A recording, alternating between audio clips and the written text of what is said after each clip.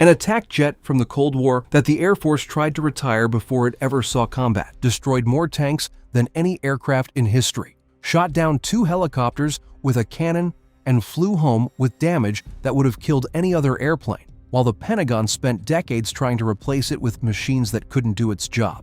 February 15, 1991, Captain Robert Gopher Swain is sitting in the cockpit of the ugliest aircraft the United States has ever built. He's 60 miles inside Kuwait at 500 feet, slow, loud, and completely exposed. An Iraqi A-10 helicopter appears ahead of him. He has no air-to-air missiles. He squeezes the trigger. The GAU-8 Avenger, a 7-barrel Gatling cannon the size of a Volkswagen Beetle, fires 65 rounds of depleted uranium in a 1-second burst. The helicopter disintegrates.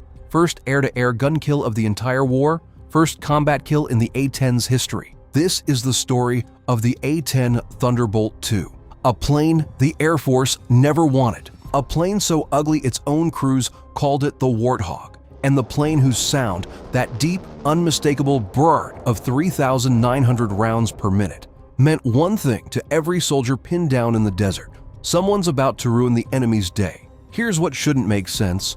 By 1991, the United States Air Force owned the most advanced combat aircraft on the planet, F-15E Strike Eagles, that could deliver precision munitions at Mach 2, F-117 Nighthawks, literally invisible to radar, F-16 Fighting Falcons, the most agile fighters ever built, billions of dollars of afterburners, laser guidance, and stealth coatings, and field commanders in the desert kept requesting the slow, ugly jet that looked like someone built an airplane around a gun, because that's exactly what happened. The A-10 was designed in the late 1960s because Vietnam proved one thing: when American soldiers are in contact with the enemy, they don't need something fast, they need something that will stay. The A-1 Skyraider had done that job in Vietnam, a propeller plane older than most of its pilots, orbiting for hours, absorbing punishment, putting fire exactly where the troops needed it. But the Skyraider was a relic. The Air Force needed a jet that could do what the Skyraider did but survive in a modern war. In 1967, the Air Force launched the AX program. The requirements read like a wish list for the ugliest airplane ever drawn. It had to fly slow, 300 knots, low enough to see individual tanks. It had to carry enough ordnance to kill an armored column. It had to survive hits from 23mm cannon fire and keep flying. And it had to be built around the most powerful gun ever mounted on an aircraft. General Electric delivered the GAU-8 Avenger, 7 barrels, 30mm rounds the size of a beer bottle, firing depleted uranium cores that could punch through Soviet tank armor. The gun weighed 4,000 pounds with ammunition. It was so large that engineers had to design the airplane around it, not the other way around. When they test-fired the GAU-8, the recoil force nearly equaled the thrust of one of the A-10's engines. They had to mount the gun slightly off-center so the firing barrel aligned with the aircraft's centerline. Otherwise, the recoil would push the nose sideways. The airplane Fairchild Republic built around that cannon wasn't pretty. Twin engines mounted high on the rear fuselage, away from ground debris and harder to hit with infrared missiles, straight wings for slow-speed maneuverability, twin vertical tails that could survive losing one entirely. And the pilot sat inside a titanium bathtub, 1,200 pounds of armor plate rated to stop 23mm rounds, surrounding the cockpit on all sides, self-sealing fuel cells, redundant hydraulic systems, and if both hydraulics failed, a manual reversion system of cables and pulleys that let the pilot fly the jet mechanically. Triple redundancy. The A-10 was designed to get hit and keep flying. Every other fighter in the inventory was designed to not get hit in the first place. That distinction was about to matter. The Air Force hated it. Generals wanted fast, sleek, high-altitude platforms. The A-10 was slow, loud, low, and ugly. They tried to transfer it to the Army. They tried to retire it before it ever deployed overseas. In 1990, when Saddam Hussein invaded Kuwait, the Air Force was actively discussing how to kill the A-10 program. Then came Desert Storm, and 144 Warthogs deployed to the Saudi desert. And here's the number that made every critic go quiet. In 6 weeks of combat, A-10s flew 8,100 sorties. They destroyed more than 900 Iraqi tanks, 2,000 military vehicles, 1,200 artillery pieces, and 53 Scud missile launchers. They fired 90% of all Maverick missiles launched in the entire war. They recorded 2 helicopter kills with the gun. The only gun kills of the conflict, mission-capable rate, 95.7%, the aircraft. The Air Force wanted to scrap had just delivered the single most devastating close air support performance in the history of aerial warfare. And it did it the way the Sky Raider had done it in Vietnam: low, slow, and staying until the job was finished. Captain Eric Solomonson explained it simply. We're coming in with more confirmed bomb damage than any other jet.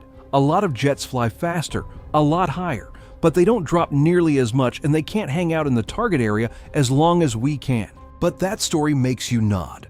What comes next makes your jaw drop. February 25, 1991, second day of the ground war. A massive column of Iraqi Republican Guard tanks is rolling south. Captain Eric Solomonson and Lieutenant John Marks of the 76th Tactical Fighter Squadron scramble to intercept. Solomonson arrives over Iraq at sunrise and finds the column scattering into revetments. 8 tanks destroyed on the first pass.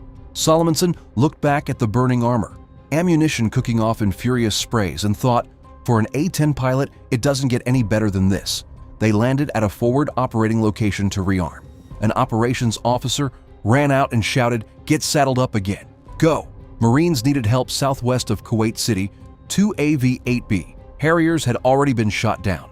Solomonson and Marks flew in and destroyed 8 more tanks. Then they rearmed and went back a third time. 7 more tanks. 23 tanks destroyed by 2 pilots in a single day. The Wing Operations Center confirmed it was an all-time record for Maverick and Cannon kills, and unlike the faster jets that dropped from 20,000 feet, Solomonson and Marks saw every target burn.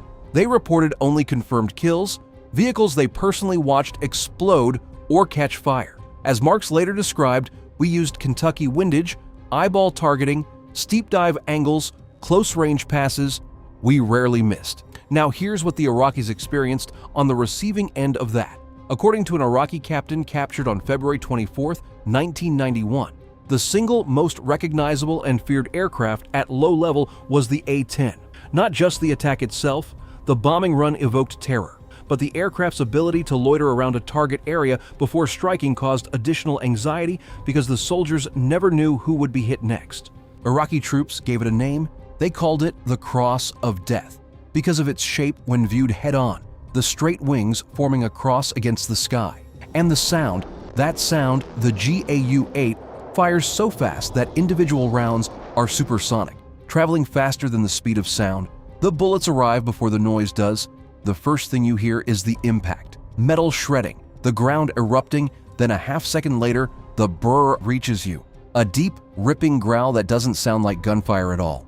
It sounds like a giant tearing sheet metal. Veterans on both sides describe it identically. Once you've heard it, you never forget it. And if you heard it, you were lucky because it meant the rounds weren't aimed at you. The ones aimed at you never hurt anything at all. But the A-10 paid for its bravery. 165 Warthogs deployed, roughly 70, nearly half the fleet, took some form of battle damage. 6 were lost completely. 5 in combat. 1 destroyed attempting to land after being shot up. 2 pilots killed. 20 more aircraft sustained significant damage and kept flying. The A-10 was the most heavily damaged aircraft of the entire campaign, because that was the job: low, slow, close, and accepting the hits that faster aircraft never had to take. On February 2nd, Captain Dale Storr was hit by a surface-to-air missile. He ejected over Kuwait, was captured by Iraqi forces, beaten, and held as a prisoner of war until March 6th. Captain Steve Phillis was shot down on February 15th by an SA-13. He didn't survive the crash. His wingman, Lieutenant Robert Sweet, was hit the same day by the same type of missile. Sweet ejected, was captured, and later released. After those losses, the Air Force restricted A-10 operations to within 20 nautical miles of the southern border, pulling them back from the deep Republican Guard missions. The aircraft that critics called too slow for modern war had been flying too deep, too aggressively, taking on missions it was never designed for. Battlefield air interdiction against defended rear areas, and paying for it. When it was pushed back to close air support, its actual job, the losses dropped to near zero and the kill count exploded. The Warthog didn't just endure punishment, it absorbed things that should have been impossible. 1 A-10 took a hit that blew a football-sized hole in the horizontal stabilizer and flew home. Another lost an engine to ground fire and landed on one. Pilots routinely came back with hundreds of small arms holes stitched through the fuselage, wings, and tail. The titanium bathtub held. The self-sealing fuel tanks held. The redundant hydraulics held. And when the hydraulics didn't hold, the manual reversion system, cranks, and cables held. That system would prove itself in the most famous A-10 survival story ever told, though it happened 12 years later. April 7th, 2003. Baghdad, Captain Kim Campbell, call sign Killer Chick, is providing close air support to 3rd Infantry Division troops under fire in downtown Baghdad. She dives through cloud cover, makes multiple passes with rockets and 30mm cannon, and on her last run, a surface-to-air missile strikes the tail of her aircraft. The explosion shreds the right horizontal stabilizer, punches hundreds of holes through the fuselage, and destroys both hydraulic systems instantly. The jet rolls left and points nose down at Baghdad. Campbell has two options: eject over a hostile city and face almost certain capture, or fight the aircraft. She switches to manual reversion, cranks and cables, a system so difficult to fly that the official checklist says attempt only under ideal conditions. Over Baghdad under fire with half her tail gone is not ideal conditions. She pulls out of the dive.